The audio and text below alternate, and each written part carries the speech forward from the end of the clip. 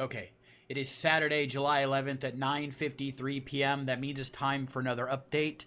This one coming in a little later, just because I was relaxing after getting in some cycling today. I did go outside and bike 17 miles, so we're just getting started with the cardio. I am all showered up, and then stuff is charging. We're going to go to the gym and do a little bit of treadmill to get the steps up, and then I lied yesterday. I'm going to do upper body. I'm feeling really good. I'm feeling in the mood to do upper body again today, so I'm going to do that. And today's video might be a little bit of a longer one since the other previous ones were kind of short. So let's get into it.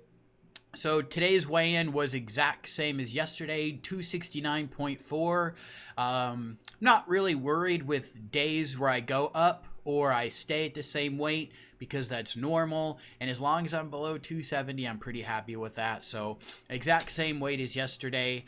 Steps yesterday were only about 4,800. Again, it was really low as far as leg day. You got to keep in mind Fitbit resets the step counter at midnight.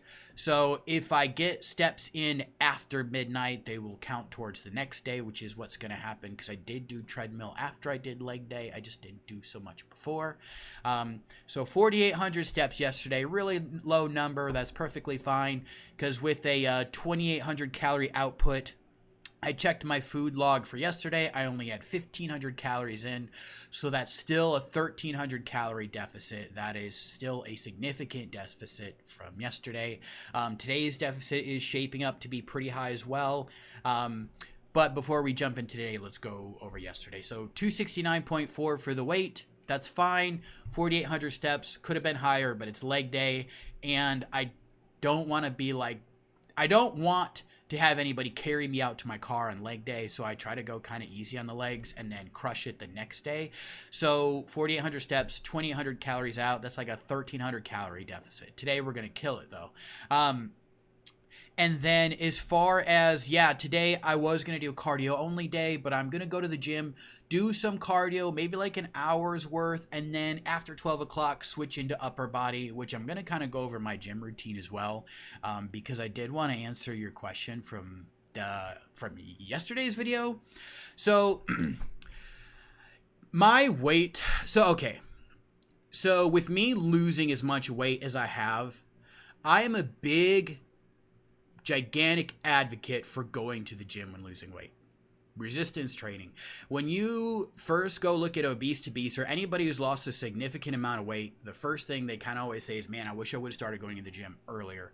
Now, even though I knew that going in, I did not go to the gym until about 6 months after I started losing weight. So to kind of give a timetable here, I officially started losing weight March 14th, 2018. I didn't go to the gym until September of that year. So I didn't start resistance training until then. Now, if the question is, or like, if you're asking about, can you build muscle in a deficit? Absolutely.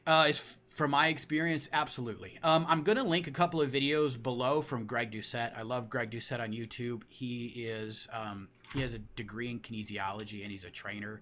And I'm going to link 2 videos specific where he talks about muscle building in a deficit. Now, when he's making these videos, he's talking about a slight deficit because, of course, anytime you go to the gym, every bro at the gym says, oh, I got to eat in a calorie surplus to build muscle. I have to bulk up. And that's not really true. You do not have to take in excess calories to build muscle to bulk. I agree with Greg's position, which is stay in a deficit all year long and build muscle. You do not need a deficit, or you do not need a calorie surplus to build muscle.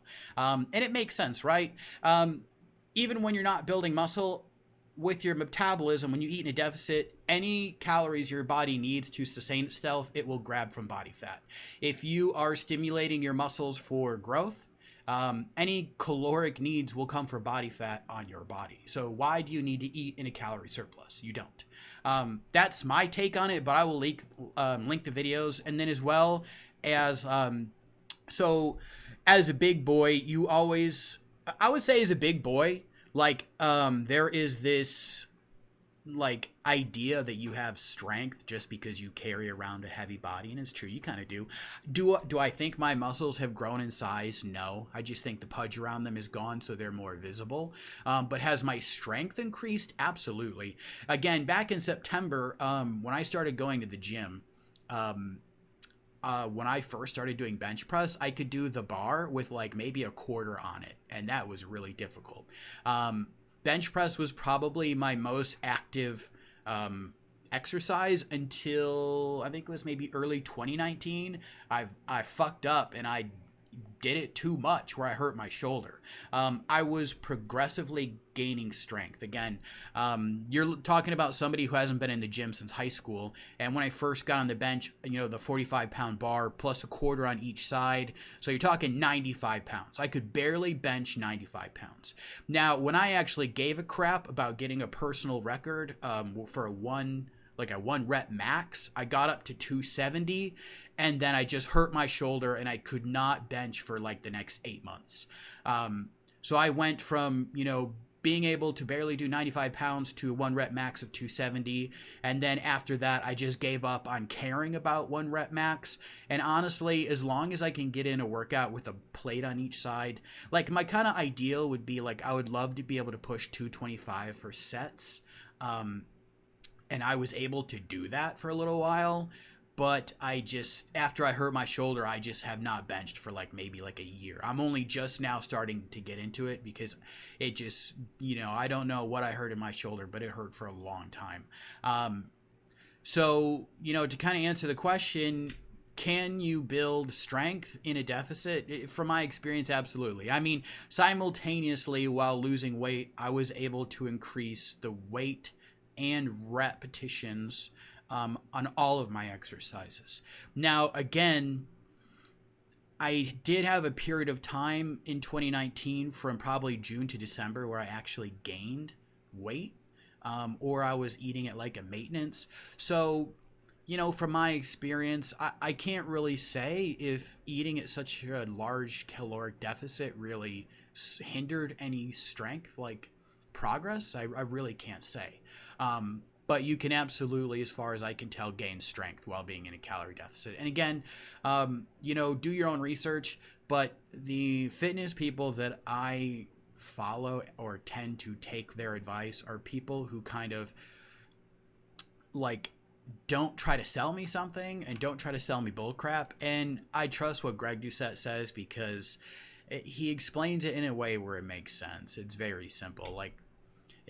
That's really all I can say. Now, as far as my training regimen, again, I've only been training in the gym for a year and a half. That is not a lot of time.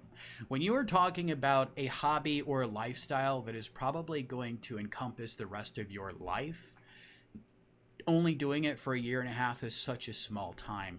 And I'm going to be honest, I have spent a lot of hours in the gym. I've had times where, I go to the gym 7 days a week. I just generally 5 days a week, 2 or 3 hours. And then eventually I got a job at the gym where I was doing, 6 nights a week, 5 nights a week, 7 hours at a time. I spend a lot of time at the gym. My workout routine is very not specific because I'm not really trying to do anything super specific. Like I said, I'm not really trying to reach any particular goal on any exercise. I kind of did for a while with bench press, but I gave up on that. And I'm not trying to really do anything except just learn. So my gym routine, when I say I'm going to go do upper body tonight, I love doing lateral pull downs, the hammer curls. I love doing rows. I kind of look at a machine and I'm learning and I'm just doing it. I'm not somebody who brings a notepad and marks my sets and reps. I just go by memory because I do it so frequently. I'm not really I don't really have any specific goals in terms of building muscle or strength. So I just kind of do it. Again, right now, my goal is weight loss, not anything past that. So yeah, upper body. I mean, I could go into depth, maybe more of what I do, but it's really I just kind of hang out at the gym and I do the machines or I do the workouts. As far as That's really all there is to it. I mean, I don't know that much. I mean, that's really all I can say is I don't think I know shit. I spend a lot of time at the gym, but I don't really know anything. And it's very rare that like people will say that at the gym because everybody likes to think that they know everything. Like I've had discussions, I shit you not, I've had discussions where I've told people, this is back when I've only lost like 150 pounds, and people ask me, oh, what'd you eat? What did you eat to lose weight? And I tell them. And then it's like it's in one ear, out the other, because then they're going to tell me what they ate to lose 30 pounds, and it's completely different from what I did. And it's like, that's fine. The nice thing about health and fitness is it's different for everybody. Like, what works for me may not work for you, and what works for you may not work for me. Like, I don't advocate certain diets, but if it works for you, it works. I don't advocate certain workout routines. If it works for you, it works. I mean, that's really all it is. It's very simple, and people just love to overcomplicate it because overcomplicating it is like a means to avoid doing it. That's really all you can do is just go do it. Just go fucking do it. Go to the gym. If you want to gain strength, learn to spend a lot of time at the gym. Don't try to cheat. I don't know why I kind of ranted about that, but that's really all I have to say on it. But as far as, yeah, workout routines, I mean, I would film like at the gym, but I don't want to do that because it would make people uncomfortable. And again, there's really no point because I don't know what the hell I'm doing. There's workout routines you can go look up on the internet. There's people who know more about that than I do. I just go and I do it. That's really it. If you need me to spot you, I'll spot you. Other than that, I mean, I can maybe explain how a machine works, what muscle it works. But as far as advice on working out, I really can't give much. But I can say, you know, my evidence being anecdotal, which is just me and my body. Can you gain strength? Yes. Can you gain muscle? Yes. And a huge caloric deficit? Yes. Now, also keep in mind, I'm kind of talking in general from when I first started lifting. Now, I have not strength trained because the gyms have been closed for 3 months.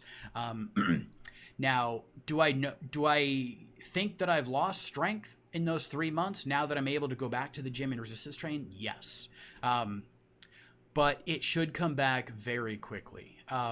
As far as some of the exercises, I can't do as much weight. Like, for instance, when I'm talking about hammer curls, at the moment, I'm comfortable curling 35 pounds, whereas maybe before I would do 50 pounds.